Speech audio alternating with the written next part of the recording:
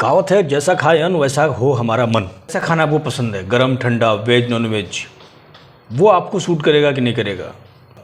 मुहूर्त को देख करके, नक्षत्र को देख करके दवा तोड़ा जाता था और उसी के हिसाब से उनको उसी नक्षत्र में खिलाया भी जाता था ताकि खाने वाले को दवा से फायदा हो। जैसे लक्ष्मण जी को जब बाढ़ लगा था तो उनको उसी मुहूर्त में और उसी नक्षत्र के अंदर ही दवा खिलाना था जिससे कि लक्ष्मण जी स्वस्थ हो पाए। उस समय जब दवा खिलाया गया था उस टाइम पे सूर्य जो है कुंडली के दूसरे भाव में थे। सबसे सौम्य ग्रह दो ग्रह है, एक ग्रह है शुक्र, एक ग्रह है चंद्रमा।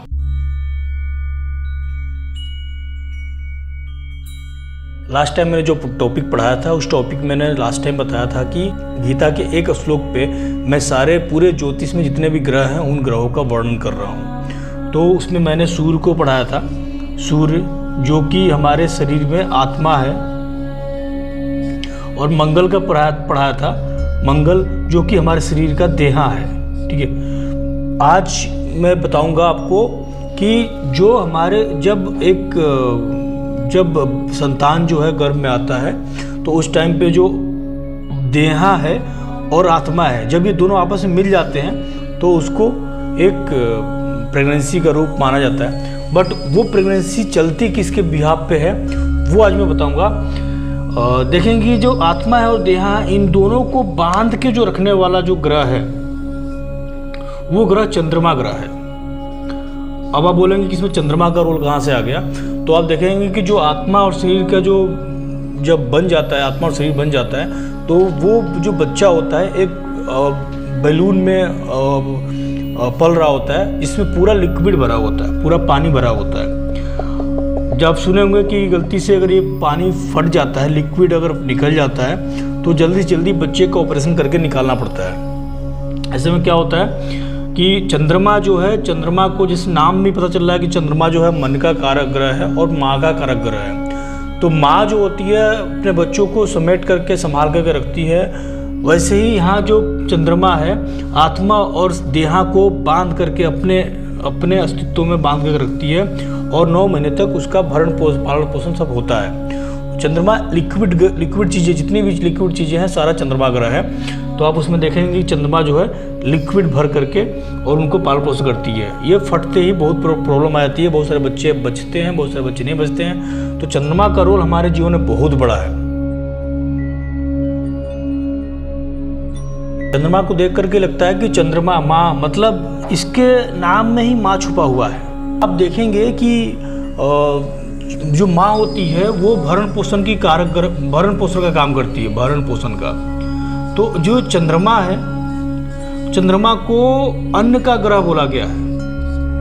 अन्न जो खाते हैं, जो हम भोजन खाते हैं, उसका जो ग्रह है वो चंद्रमा को बोला गया है। तो अन्न का कारक ग्रह चंद्रमा है। अब इसमें क्या है कि जैसे आप देखते होंगे कि जब भी मदर फ़ोन करेगी आपको कि बच्चा, जैसे और कोई फ़ोन करेगा आपको तो पूछे क्या कर रहे हो, कैसे, कहाँ हो, कितना उन्नति किया, क्या किया। बट जो माँ होती है, माँ डायरेक्ट पूछेगी तुमने खाना खाया कि नहीं खाया, क्योंकि चंद्रमा का कनेक्शन माँ से भी है और चंद्रमा का कनेक्शन अन्न से भी है। मदर क्वालिटी चंद्रमा के अंदर उसके अंदर है। तो चंद्रमा को न्यूट्रिशन का कारक ग्रह बोला गया है। तो जो न्यूट्रिशन देता है हमारे बॉडी में, जो भी न्यूट्रिशन आता है वो सारा न्यूट्रिशन चंद्रमा के अंतर्गत ही आता है। एक और चीज़ देखेंगे कि जब चंद्रमा को मन का कारक ग्रह बोला गया, मन का कारक ग्रह चंद्रमा को बोला गया। तो आप जब भी देखेंगे, जब भी हमारे लाइफ में कुछ भी घटना घटता है तो सबसे पहला इफेक्ट कोई ग्रह पे पड़ता है तो 2 ग्रह है।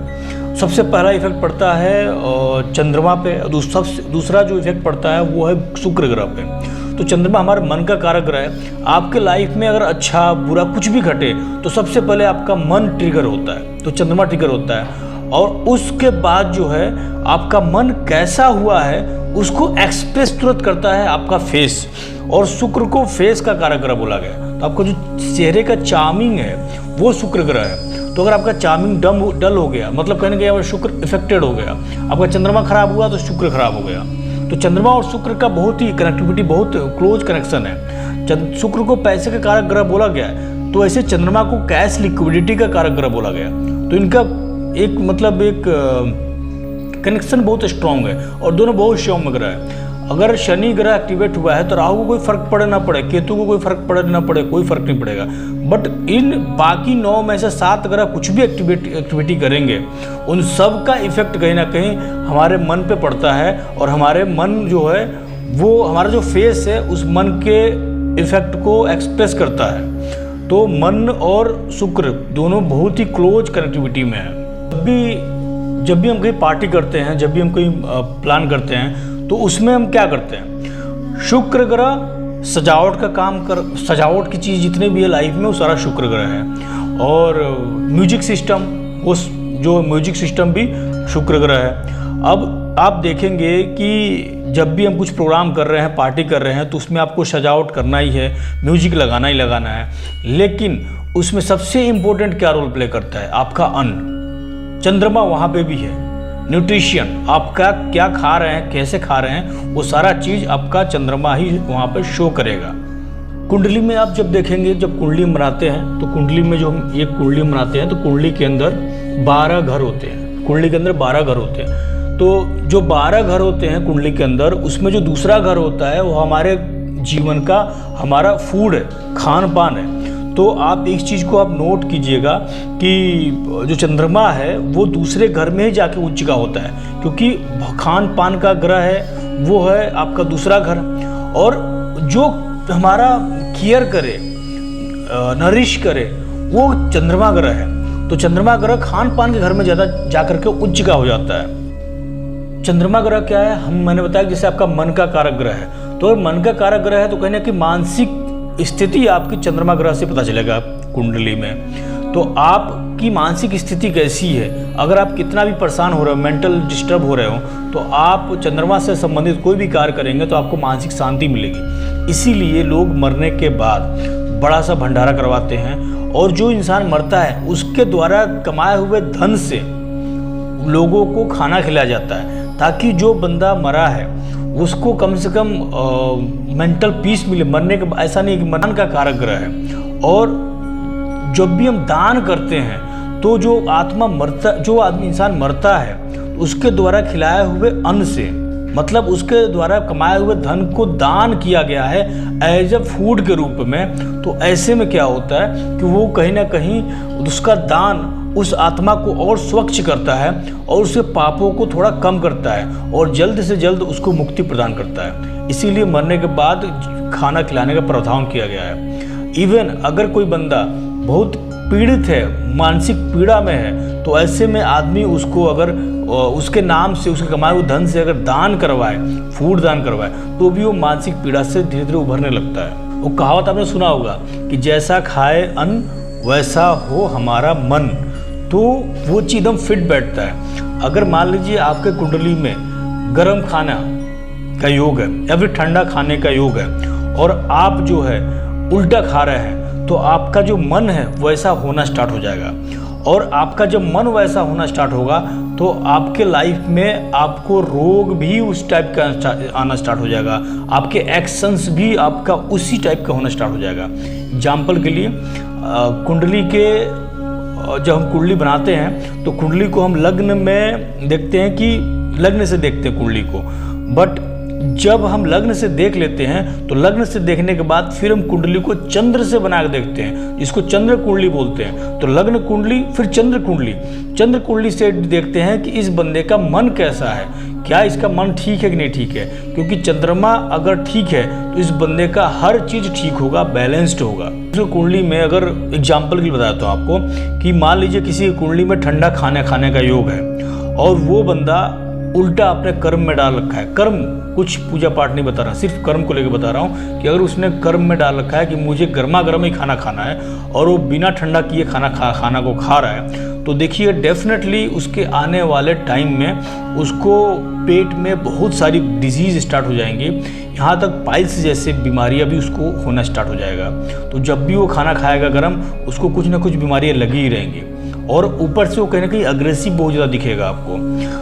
अगर जैसे एग्जाम्पल के लिए मान लीजिए शनि का जो मकर राशि है, मकर राशि में चंद्रमा अगर बैठा हुआ है तो चंद्रमा खाना का ग्रह हो गया, और शनि जो है बहुत ठंडा ग्रह है, बहुत कोल्ड ग्रह है। तो ऐसे में आदमी को ठंडा खाना खाना चाहिए।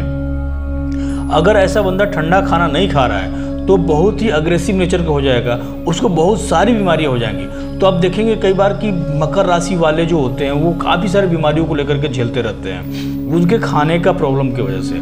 आप उसमें भी एक और चीज़ देखेंगे कि उनको शुद्ध खाना खाना है, लिक्विड ज़्यादा खाना है, या फिर अन्न रॉ मटेरियल मतलब ठोस पदार्थ ज़्यादा खाना है, चावल दाल घी रोटी क्या खाना है, वो सारी चीज़ें बहुत डीपली देखना पड़ता है, तब जाके हमें क्लियर हो पाता है कि हमें खाना कैसा खाना है। और अपने कुंडली के हिसाब से अगर खाना खा रहे हैं तो आप ज़िंदगी में रियली आप मन से स्वस्थ रहेंगे, मन से स्वस्थ रहेंगे तो आप हर काम को अच्छे से कर पाएंगे।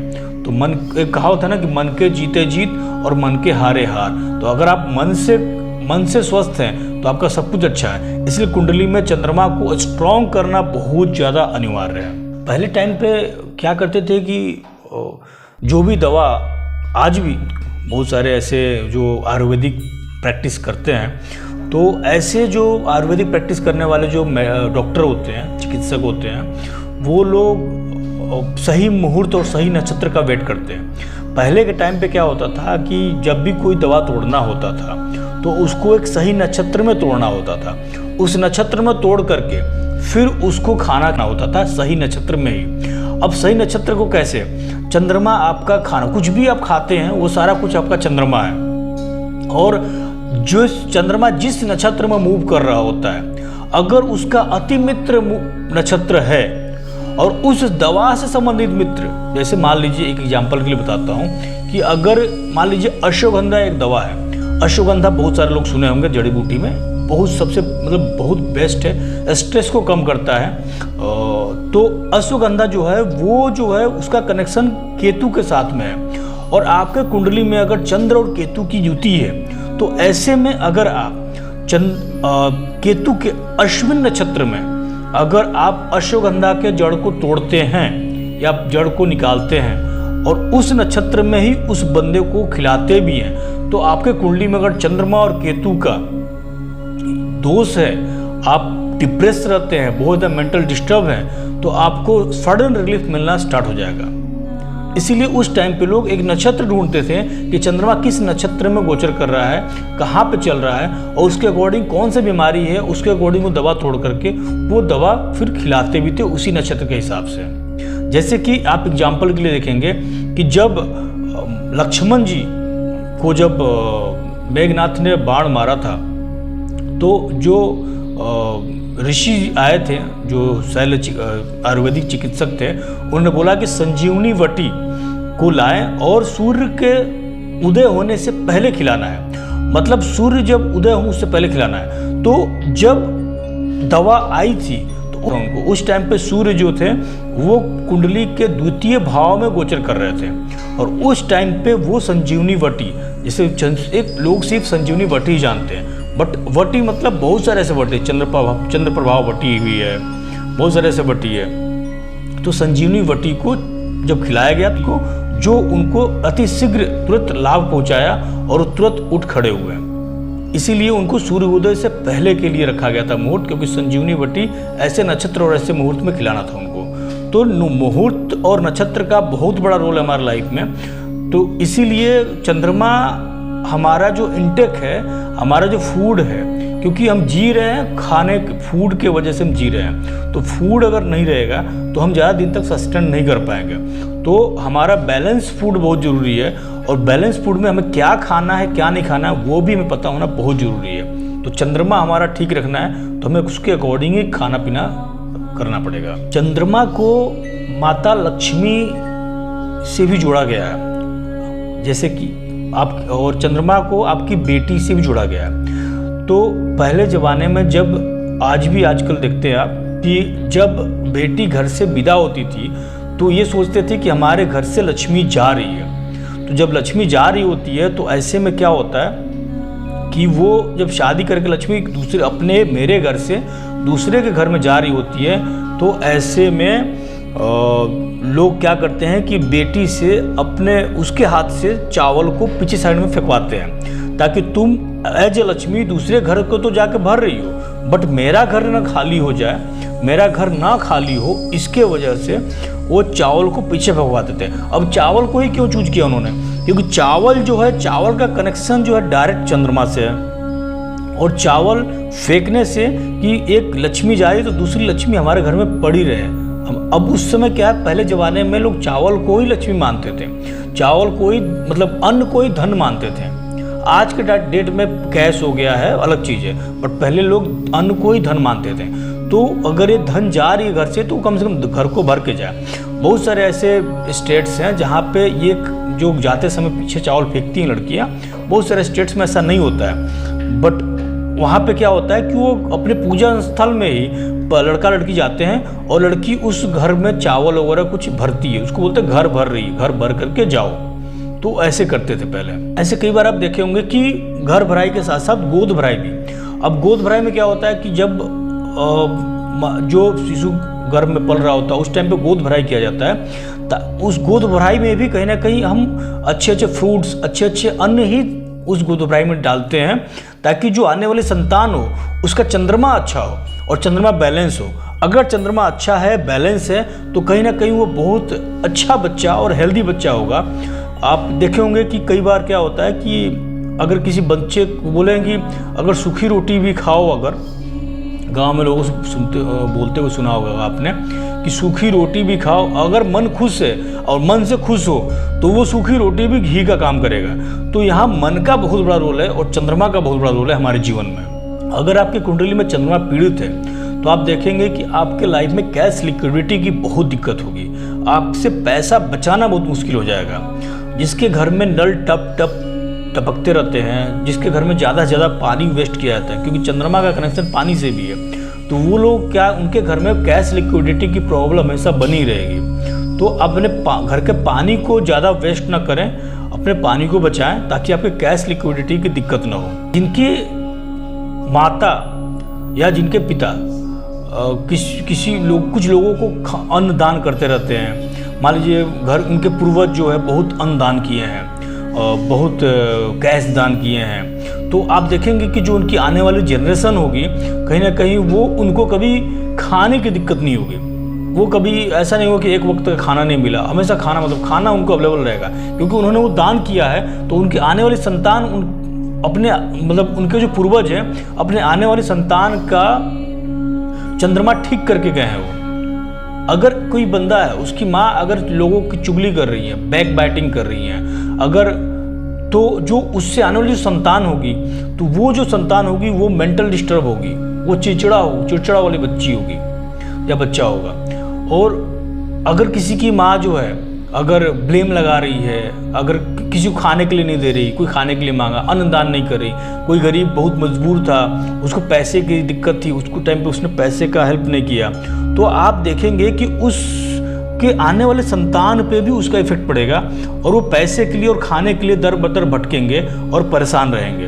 अन्न या पैसा अगर किसी मंदिर में दान करते हैं तो आपका जो है कहीं ना कहीं भाग्य उन्नति होने में बहुत हेल्प करेगा। अगर आप अन्न किसी लेबर, किसी मजदूर को खिलाते हैं तो आप देखेंगे कि आपके काम में कोई भी रुकावट होगा, वहाँ पे आपका भाग्य साथ दे देगा और आपका काम बनना स्टार्ट हो जाएगा। अगर आप किसी विकलांग को खाना खिलाते हैं तो आपका मेंटल स्ट्रेस कहीं ना कहीं, आप मन में आपको जो फोबिया हो रखा है, डर बन रखा है, वो सारी चीज़ें आपका कम होना स्टार्ट हो जाएगा। अगर आप अन्न या पैसा किसी ज्योतिषी को देते हैं तो आप देखेंगे कि आपके जो कुछ प्रॉब्लम है, जैसे बॉडी में कुछ प्रॉब्लम है, तो वो हील होना स्टार्ट हो जाएगा, ऑटोमेटिक वो प्रॉब्लम सॉर्ट आउट होना स्टार्ट होगा। और आपके बॉडी में कोई प्रॉब्लम भी होगा तो मेंटल डिस्टर्ब है आपकी हीलिंग से स्टार्ट हो जाएगी किसी ज्योतिषी को अन्न दान देने से। अगर आप किसी वास्तुकार को अन्न दान करते हैं तो आप देखेंगे कि आपका एंगर, अगर किसी हनुमान मंदिर में भी दान करते हैं अगर आप अन्न को या कैश को, तो आपका एंगर बहुत कम होना स्टार्ट हो जाएगा, आप एंजाइटी आपका कम होना स्टार्ट हो जाएगा। तो ऐसे में आप अगर दान करते हैं अन्न का तो आपके लिए बहुत फ़ायदेमंद रहेगा। मैं आपको अभी चंद्रमा का कुछ ही चीज़ें बताया हूँ, बहुत सारी चीज़ें आपको बताऊँगा चंद्रमा के बारे में जो आपके लाइफ में बहुत ही इफेक्टिवली काम करेगी और आपको रियली आप उससे बहुत जल्दी कनेक्ट हो पाएंगे कि चंद्रमा हमारी लाइफ में क्या करता है और हमें क्या करना है और कैसे बचना भी है। चंद्रमा ब्लेम का भी कारक ग्रह है, वो सब चीज़ बताऊंगा आपको नेक्स्ट टाइम।